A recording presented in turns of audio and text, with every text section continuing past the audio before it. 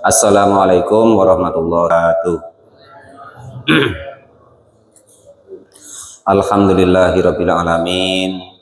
Wassalatu wassalamu ala sayyidina wa ala alihi wa ashabihi ajmain, amma ba'du. Meneruskan pengajian kita kemarin, yaitu kitab Fathul Qorib atau fikih. Kemarin sholat minta hujan sudah. Sekarang faslun fi kaifiyati sholatil khaufi. Adapun ini itu fasol di dalam menerangkan tata caranya sholat khauf atau sholat dalam keadaan genting atau dalam keadaan perang. Nah, itu ya. Mudah-mudahan kita nggak usah perang-perangan ya. Wong kita ndak dalam keadaan perang, wae aras-arasan sholat, apalagi kok dalam keadaan perang jadi alasan betul. Nah, gitu, padahal ya tetap harus sholat gitu loh. Walal mu'alif rahimahullah. Namun andaikan terjadi sesuatu, entah perang apa, kita sudah tahu caranya sholat. Nah, itu begitu.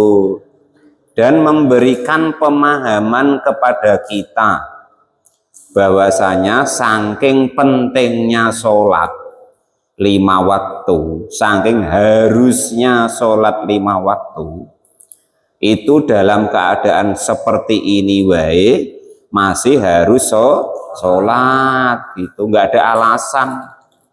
Nah gitu maksudnya. Yang punya alasan nggak sholat kemarin cuma 3 ya, nggak Islam, atau masih kecil belum balik, nah, atau yang tidak akal kemarin. Nah itu boleh nggak sholat. Kemarin yang wajib Islam, balik berakal kan gitu. Kebalikannya itu nggak wajib sholat. Nah sekarang tata cara, andaikan kita dalam keadaan genting dalam peperangan, dicontohkan di sini ya. Wa inna ma'afrodah, dan sesungguhnya menyendirikan gitu, membahas tersendiri gitu maksudnya, kepada sholat khauf siapa al-musonifu kiai musonef an ghairiha, jauh dari selain sholat-sholat yang lain. Kenyataannya minas sholawati, dari sholat, bitarjamatin, dengan diterjemah atau dimaksudkan, li'annahu, karena sesungguhnya dibedakan tadi itu yahtamilu, memuat fi iqamatil fardi, di dalam wajib menegakkan atau mendirikan atau melaksanakan sholat fardu fil khaufi, walaupun dalam keadaan ketakutan gitu ya. Ma, yaitu keadaan layah tamilu, yang tidak terjadi fi ghairihi, di selain dalam keadaan ketakutan. Ya artinya begini, ini didengerin baik-baik ya. Artinya maksudnya musonef ini nerangkan tersendiri, itu karena saking pentingnya sholat fardu. Nah gitu loh. Maka walaupun keadaan ancamannya itu nyawa, nah itu tetap harus melaksanakan sholat fardu. Segenting apapun sholat fardu 5 waktu itu jangan sampai ditinggalkan. Nah itu maksudnya musonef tuh gitu. Maka di sini wa inna ma'afrodaha al-musonifu an ghairiha minas sholawati bitarjamatin, dengan maksud dan tujuan gitu loh maksudnya. Yang dimaksud itu li'annahu yahtamilu fi iqamatil fardi fil khaufi ma la yahtamilu fi ghairihi. Jadi supaya kita tuh paham, ngerti gitu loh, bahwa saking pentingnya sholat wajib, bahkan dalam keadaan perang wae harus sholat. Apa meneh kok cuman suruh nyangkul Pak Noyo, wah tetap harus sholat. Ngegrek ya tetap harus sholat kalau wayahnya sholat, maksudnya gitu loh. Dong itu maksudnya. Nah, saking pentingnya sholat itu gitu. Wa sholatul khaufi, dan adapun sholat khauf atau dalam keadaan genting tadi, itu anwaun, macam-macamnya, kasiratun, banyak.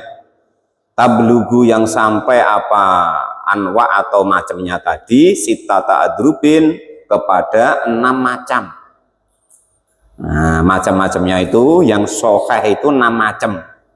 Ya artinya apa? Nah, itu lah yang dalam Quran itu dimaksud rukhsah atau keringanan dalam sholat. Nah, kalau dalam keadaan tertentu itu dibolehkan melakukan sholat itu tidak cukup sesuai dengan sholat yang ketika normal. Contoh qashar, ya kan?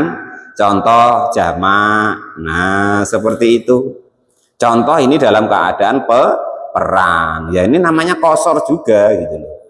Yang biasanya kalau bergerak 2-3 kali itu batal, tapi dalam sholat khauf ada qashar atau ada rukhsah keringanan menjadi tidak batal. Nah, maksudnya begitu. Kama seperti keterangan hukum fi sahihil muslimi di dalam hadis sahih Imam Muslim. Iktasoro yang meringkas siapa al-musonifu kiai musonaf minha dari 6 ala salah sati adrubin atas 3 macam.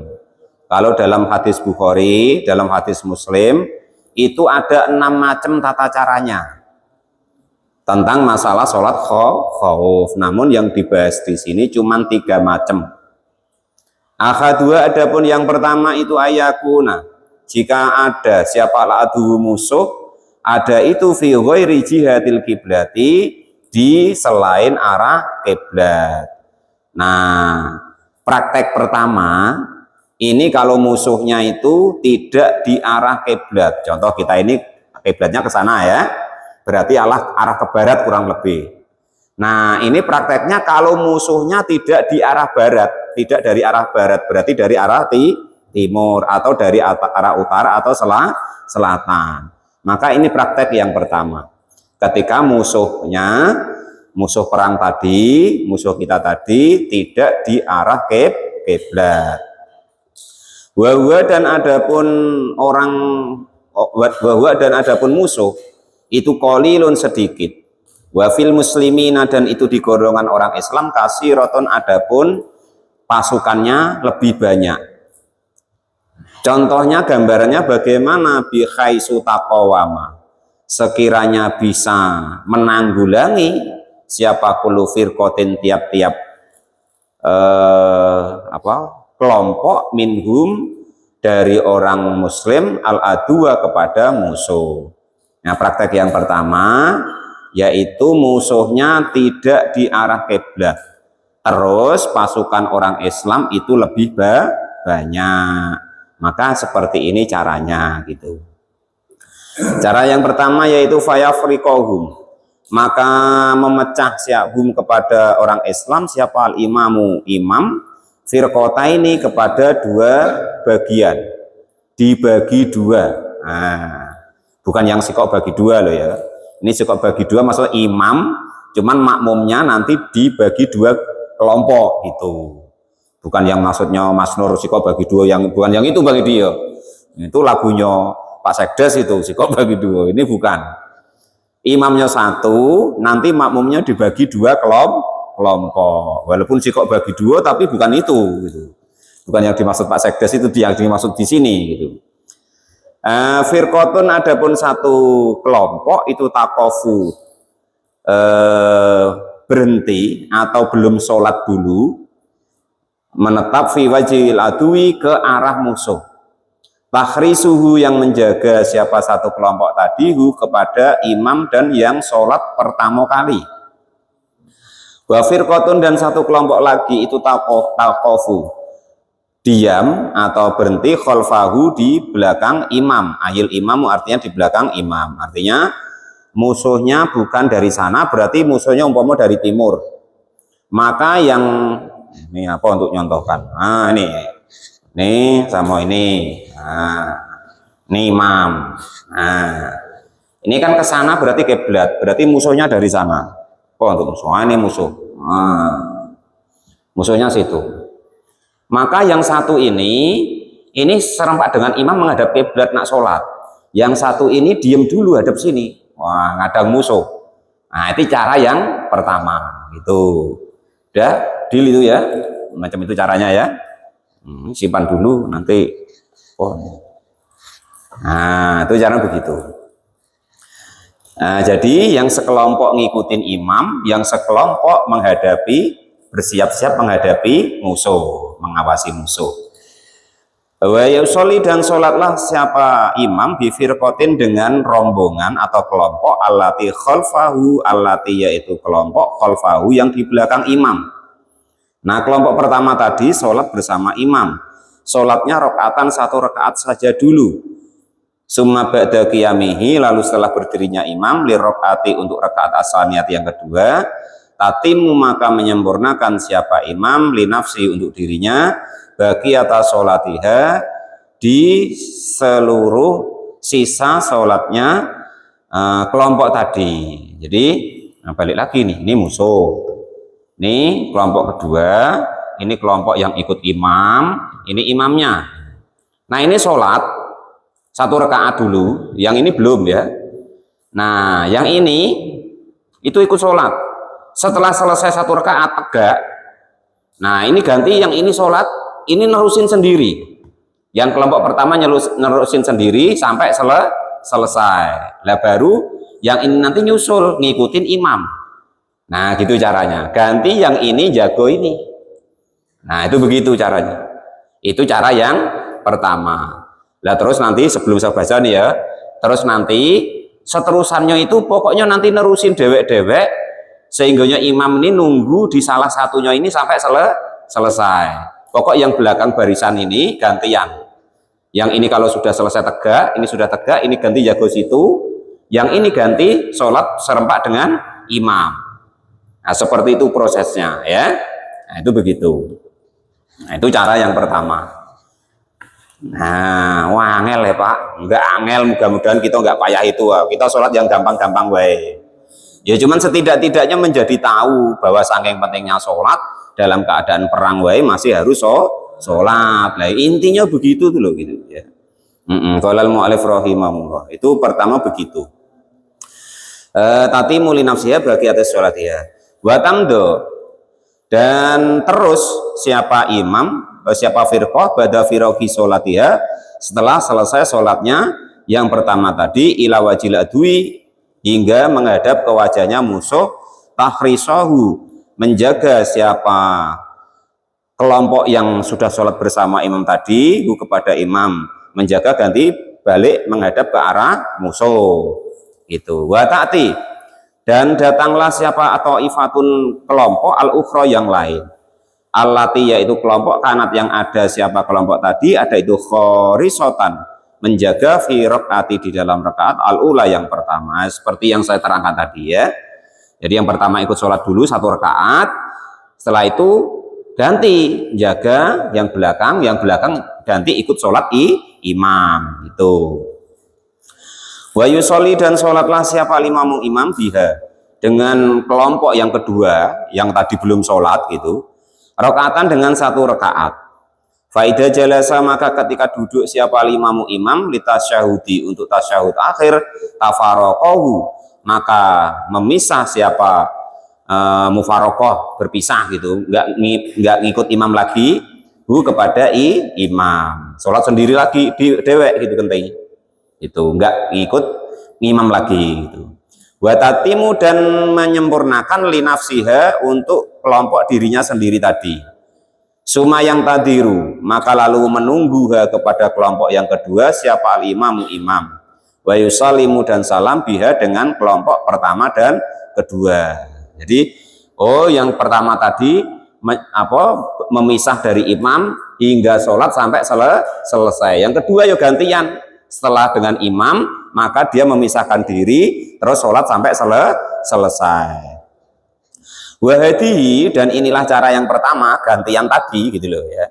Itu sholatu Rasulillah sallallahu alaihi wasallam, sholatnya baginda Nabi Agung Muhammad sallallahu alaihi wasallam, bidati riqoi, ketika perang datur riqo. Perang kok datur riqo ya apa sih Pak? Sumiyat dinamakan bidalika dengan datur riqo li anahum, karena para sahabat itu rokok pada menambal fiha, di dalam perang datur riqo, ro'yatahum kepada bendera mereka. Jadi kebetulan ya, pas ketika peristiwa sholat cara yang pertama diterangkan ini, itu Nabi sedang perang di daerah namanya perangnya nama Datur Riqa. Nah, Datur Riqa itu ketika itu entah macam mana semboyan Islam atau genderanya Islam itu robek. Nah, karena robek itu padu ditampal. Nah, karena ditampal itulah dinamai terkenalnya Datur Riqa. Nah, bendera yang sedang ditampal itu. Nah, itu ceritanya begitu. Sebagian riwayat. Wakilah dan sebagian riwayat ghairu dalika bukan itu. Nah, gitu. Ada yang meriwayatkan bahwa perkaranya dinamai Datur Riqa itu bukan karena nembel gendera. Nah, ada yang mengatakan begitu. Ya terserah lah, sama-sama nggak tahu. Pokoknya riwayatnya begitu ya itu. Wasani dan adapun yang kedua itu ayakuna jika ada siapa musuh itu fi jihatil kiblati di arah kiblat. Kalau tadi kan musuhnya tidak di arah kiblat. Nah, padahal kita harus sholat mengarah ke kiblat itu kan nggak nampak gitu. Wong musuhnya sama dengan di belakang. Kalau sekarang musuhnya di depan nampak, nah gitu karena dari arah kiblat.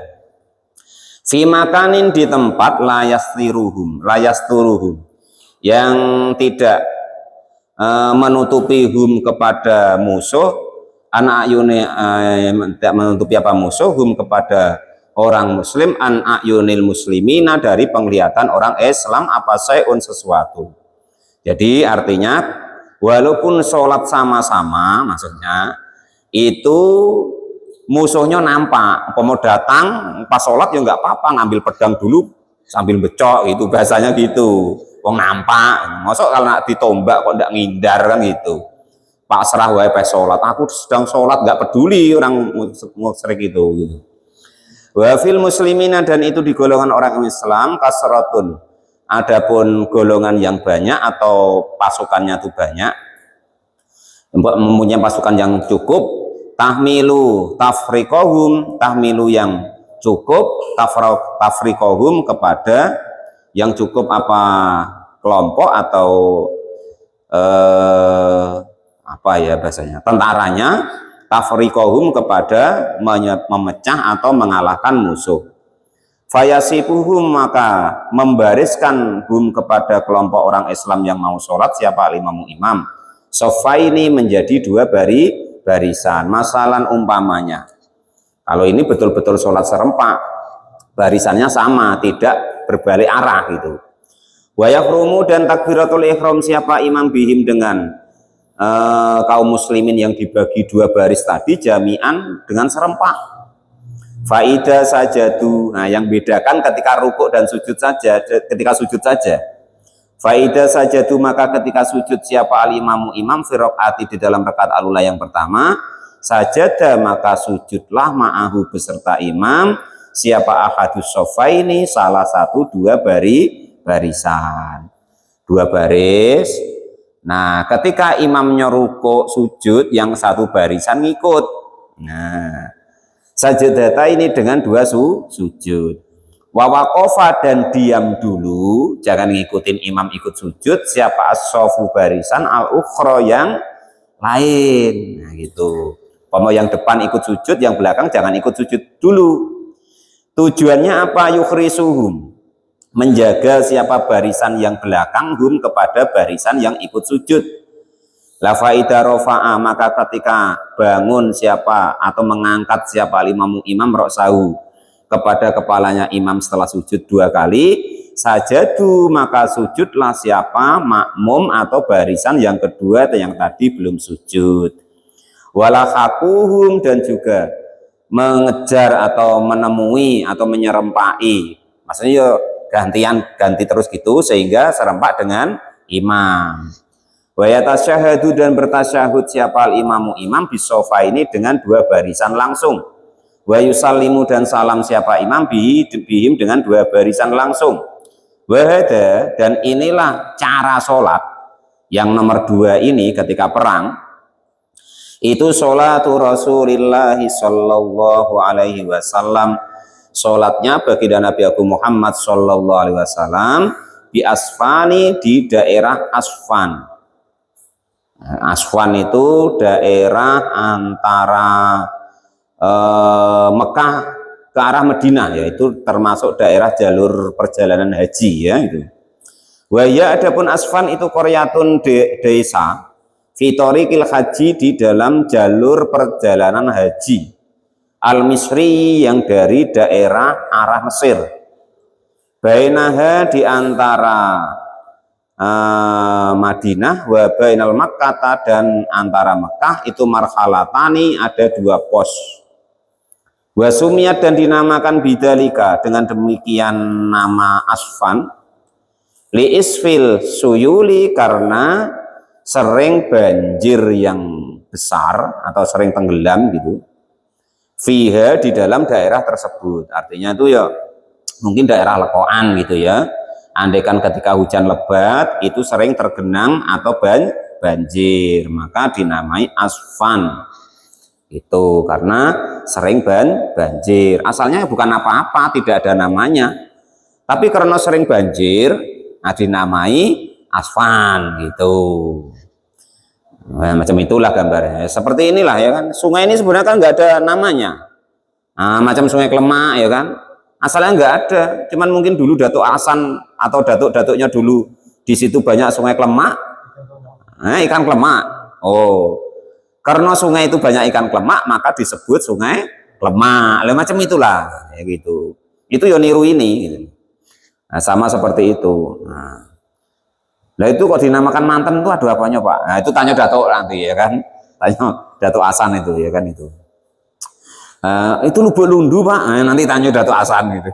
Wasalisu, dan adapun yang ketiga itu ayakunu, jika ada apa perang, ada itu visit datil khaufi, di sangatnya genting, buat tahami, dan juga berkecamuk, buat apa al harbu, peperangan. Nah ini nggak bisa diganggu gugat sudah. Nggak bisa diatur kalau yang ini ya, itu pokoknya sedang perang, nah waktunya sholat, nah habis, nah itu baru bebas hambatan tadi. Nah adapun siddatul khauf itu kinayatun, gambaran an siddatil ikhtilati, dari sangatnya bercampur atau perang, lagi perang betul gitu, bainal qaumi, di antara kaum, bihaitsu yaltasiku, gambarannya jika saling bertemu, apalah mun daging ba'duhum, kepada bagian ba'duhum, sebagian daging, bibaktin, dengan bagian yang lain. Nah, maksudnya yang nomor 3 ini itu saking memang nggak ada celah gitu. Andai kan kok diem wae sholat itu kena bacok, nah, kena tombak, nah itu biasanya gitu. Ya kita mungkin ya tidak ngalami ya. Wong kita santai-santai kadang nggak sholat, apalagi begitu. Nah ini maksudnya saking pentingnya sholat itu sampai begitu. Jangan sampai wong kita nggak nganggur kok nggak sholat, dosa. Nah ini dengerin baik-baik ya. Kalian nggak ikut yasinan, nggak ikut tahlilan, ya kan, nggak ikut apa itu lainnya, itu ndak dosa. Tapi kalau kalian ndak sholat 5 waktu itu dosa. Ya artinya bukan kok saya melarang yasin, tidak.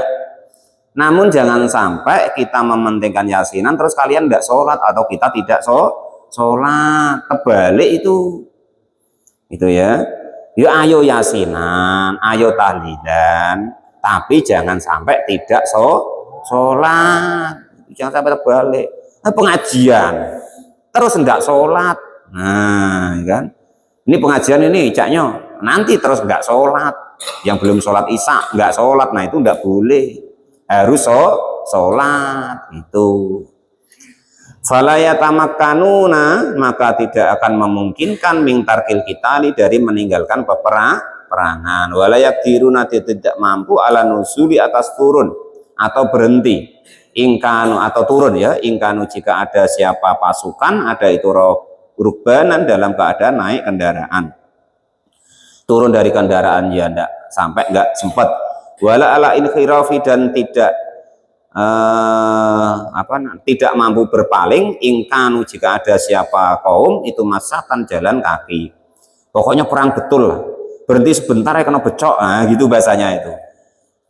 Maka yang model seperti terakhir ini fayusoli maka sholatlah siapa kaum, aikulun artinya tiap-tiap minal qaumi dari orang Islam, kaifa bagaimana amkanahu memungkinkan apa sholat hu kepada man rojilan baik itu dalam keadaan jalan kaki, masian perangnya itu sambil jalan kaki, aurakiban atau naik kuda. Yang ketiga ini lagi Allahu Akbar nangkis ya boleh, ya kan gitu. Mana dibecok ngindar lari dulu ya boleh. Artinya begitu maksudnya. Saking pentingnya sholat. Yang penting jangan sampai tidak sholat. Maksudnya begitu. Mustaqbilal kiblati baik itu mampu menghadap kiblat, wa ghairu mustaqbilun atau tidak mampu menghadap laha kepada kiblat. Jadi jangan ribut-ribut amat masalah kiblat itu ya.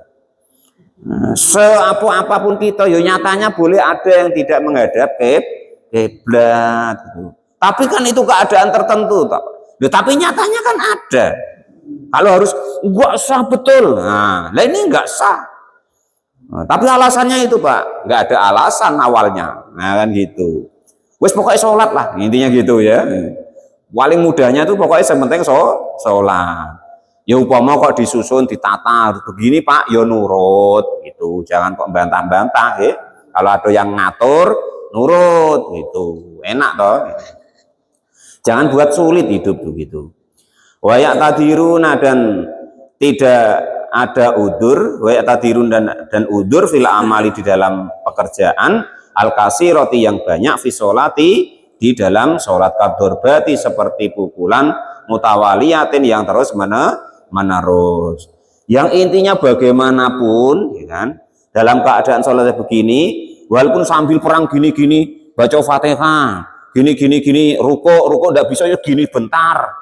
Nah itu boleh, walaupun sambil lari-lari. Kalau sholat yang umum itu batal, ini tidak batal. Walaupun menghadap atau tidak ke kiblat itu tetap tidak batal. Nah itu begitu. Nah itulah fikih ya, ini rahasianya fikih. Fikih itu tidak bisa kok kalian kencengi pol, harus begini tidak bisa. Contoh kemarin, ya kan, kita ngotot harus takbiratul ihram harus Allahu Akbar. Ya, nyatanya kalau tidak bisa betul ya sebisanya apa? Wong dia bisa, bisanya begitu kok, dipaksa suruh Allahu Akbar ya tidak bisa. Maka nggak bisa dikencengi. Wah tegak berdiri termasuk rukun. Nah, yang tidak bisa berdiri, nah itu Fatihah rukun sholat. Loh, nyatanya kemarin kalau ya tidak bisa suruh apa? Wong tidak bisa. Wah ruko harus begini. Wah nyatanya banyak yang bengkong kok, punggungnya. Oh sujud harus begini. Nyatanya yang tidak bisa macam-mana. Contoh seperti ini. Bergerak 3 kali batal. Ini tidak ada batalnya. Sholat duhur 4 rakaat nyatanya ada kosor. Sholat tidak boleh ditinggalkan waktunya. Nyatanya ada jamak. Nah coba, mana yang pasti dalam sholat itu tidak ada. Intinya yang penting kalian sholat semaksimal yang kita bisa. Maka tidak boleh berdebat tentang itu. Dong itu maksudnya. Yang penting sholat. Ngikut imam selesai. Nah itu ya. Tapi aku ustadz ya Pak, masa suruh ngikut? Nggak urus kalau kamu datangnya kendian ya ngikut imam. Gitu. Lu kalian wong pa ibaratnya entah pomo ini datuk adat kok diimami Pak Taufik tidak terima, tidak boleh tuh ya. Wong saya diimami Mas Nur terima kok. Datuk adat diimami Pak Taufik tidak terima. Kalau saya biasa wae siapapun yang imam. Itu kalau saya Pak Janis yang imam ya oke wae. Nah, itu siapa wae boleh jadi imam ya. Nah, kecuali datangnya lebih dulu. Oh, ini mana yang lebih baik jadi imam? Boleh dipilih. Kalau imamnya sudah ada, ya sudah ngikut wae. Jangan apa-apa imamnya si apa kita tidak senang terus tidak mau ngikut, ya tidak boleh begitu. Tapi ada Pak hadisnya, imam itu tidak boleh jadi imam kalau makmumnya itu tidak senang, itu beda urusannya. Kalau memang makmumnya itu yang beler, ya nggak apa-apa. itu makmumnya yang jahat kok, nah ya enggak apa-apa. Wong kalau ya dia jadi imam ya ada yang mau ngimami, adapun ya berantakan nanti jamaahnya lah kan begitu. Jadi itu intinya begitu. Jadi intinya sholatlah bagaimanapun kita bisa sepaham apapun kita. Nah, yang intinya itu sebagai bukti kita butuh kepada Allah Subhanahu wa Ta'ala. Ya Allah tuh mbok bayar duit ya ndak mau ku piye. Wong kita yang dikasih bumi seisi manggon gratis di buminya Allah, napas gratis, sehat gratis, hidup gratis, dibayar Allah tuh ya ora gelem ndak mau.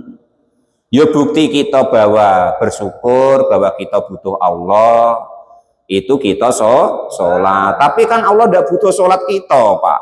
Dari zaman dulu Allah tuh ndak butuh sholat kita. Kok aneh-aneh kalian itu. Cuman kita ini yang butuh Allah. Salah satu buktinya kita butuh Allah itu sholat. Wong gitu kok ndak paham. Gitu kok ibaratnya untuk hebat-hebatan. Allah kan ndak butuh sholat kita. Dari dulu sebelum kamu ngomong macam itu ya Allah ndak butuh sholat kita, tapi kita yang butuh Allah. Untuk membuktikan kita butuh, kita sholat dong itu. Belum ada kamu ya Allah ndak butuh sholat kok, gitu dong itu ya. Nah itu tata cara daripada sholat khauf. Wallahu a'lam bishawab. Alhamdulillahirabbil alamin.